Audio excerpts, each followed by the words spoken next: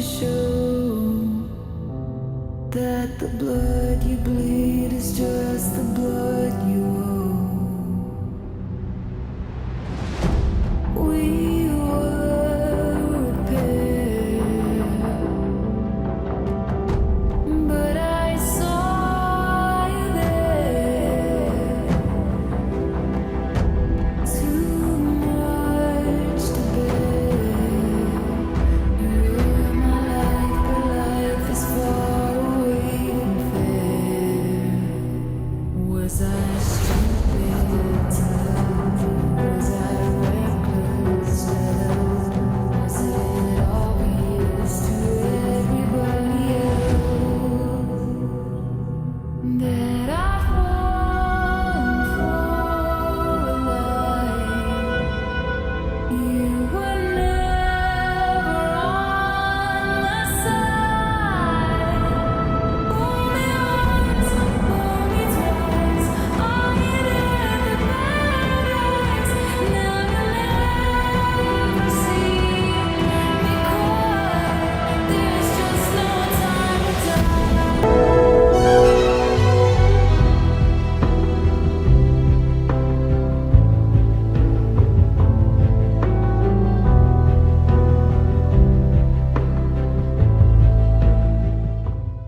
Welcome to Amaka Intellectual Factory, where I host podcasts and many other interesting stuff.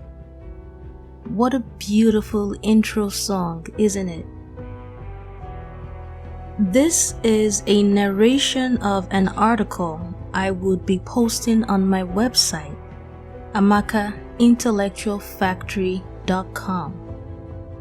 As my lovely viewers, you not only get to enjoy this narration, but you enjoy it before the article is actually uploaded on my website. So here we go. Today I'm going to be doing a movie review of the last James Bond movie, No Time to Die, with particular focus on the fictional biological weapon in the movie called Heracles. In the James Bond movie, No Time to Die, any intellectual person with a sense of discernment will immediately wonder whether this movie was made for entertainment or for education, because it mirrors the dangers our world faces in real life. The movie is so impressively believable. I cried at the end of the movie. I will not be writing why I cried to avoid spoilers, but that is how much I enjoyed the movie.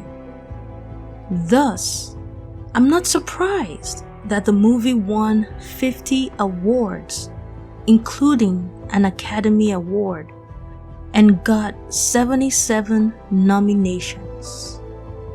In the James Bond movie, No Time to Die, a secret organization known as Spectre have in their possession a biological weapon they called Heracles.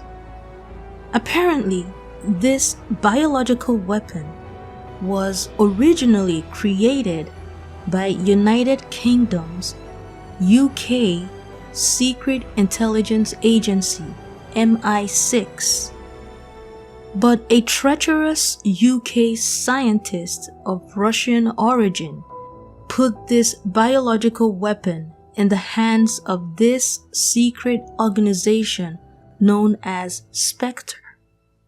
If the name Heracles sounds familiar to you, that is because it is the name of a divine hero in Greek mythology.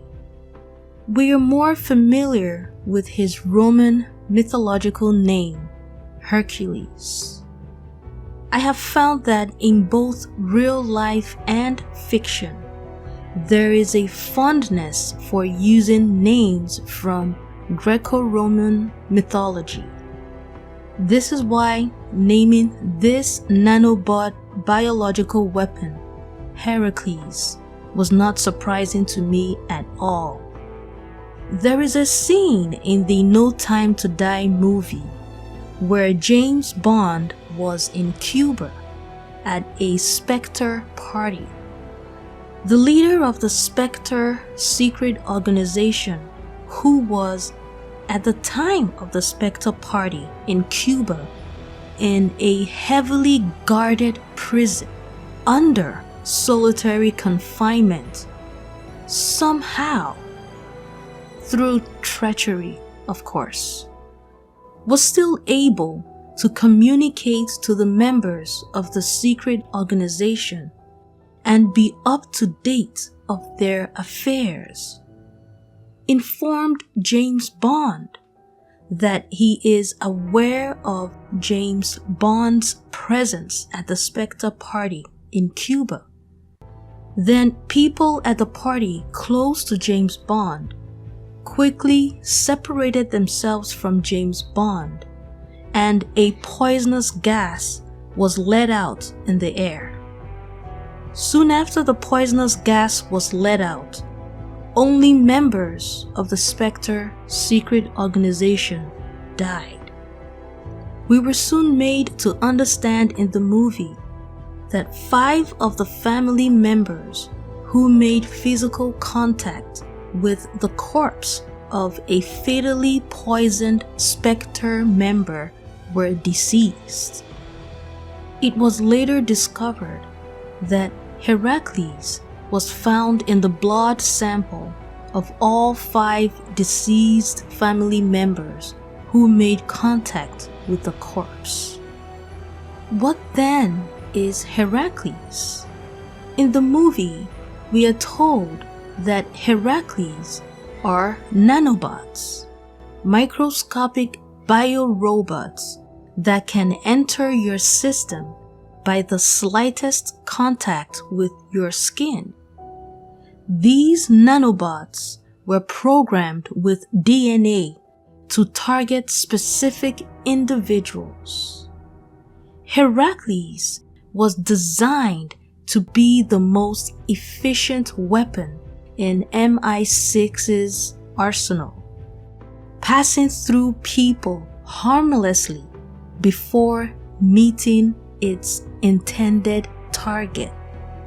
The Russian treacherous scientist modified the nanobot that was initially designed with DNA specification to kill just James Bond to instead kill members of the Spectre secret organization and anyone related to them.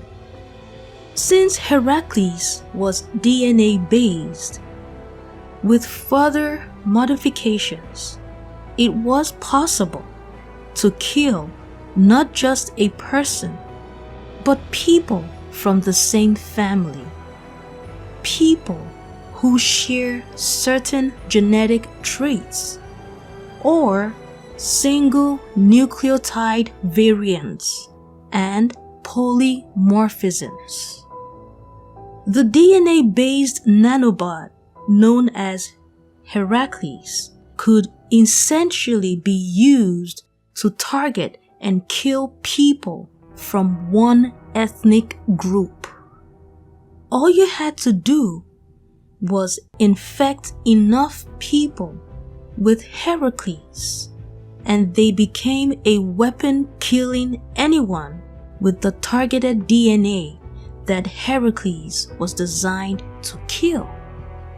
Even more disturbing is how easily Heracles got on a person. A handshake, a hug, a kiss, the slightest form of skin-to-skin contact was all that was needed to get Heracles in and on a person. And once Heracles was in a person, it would never be removed. It was a permanent infection. The only chance of survival was if the infected person did not possess the DNA that Heracles was designed to kill.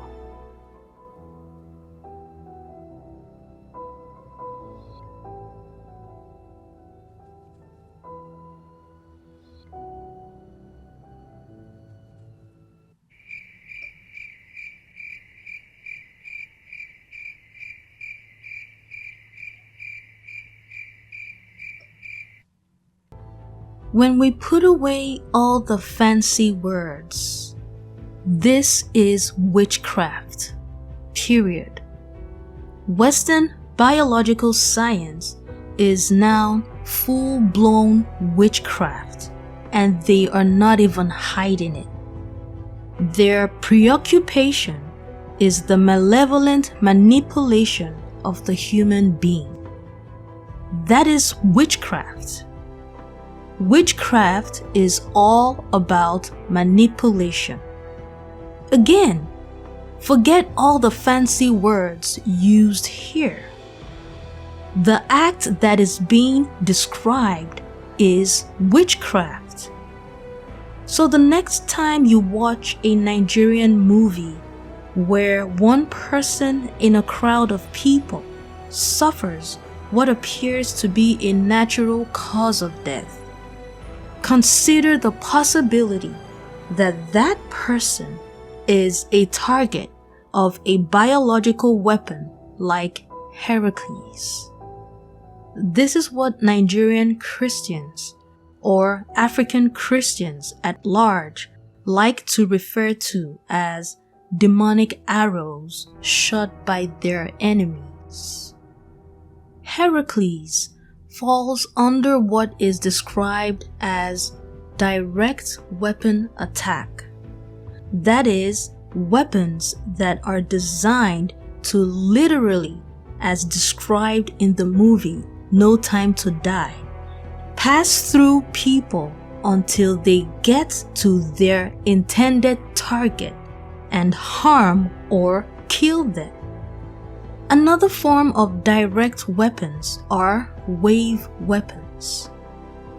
It could be sonic, microwave, or energy weapons targeted at an individual. Common symptoms a person attacked by wave weapons suffer include ringing in the ear, headaches, migraines, vertigo, stroke, heart attack, aphasia, and really pretty much any illness known to humanity. If this is not classic witchcraft, then those who disagree with me should tell me what it is. May God deliver us from evil, evil, evil, evil, evil. Stay tuned for part 2 coming up immediately. In part 2 of this article, I will be analyzing a very interesting quote by Jack London that was said at the end of the movie, which, in essence, captures what I realized a long time ago and always say. Life is beautiful and worth living. Well, that's all I have to say for now. Until next time, take care of your lovely selves. And remember, life is beautiful and worth living.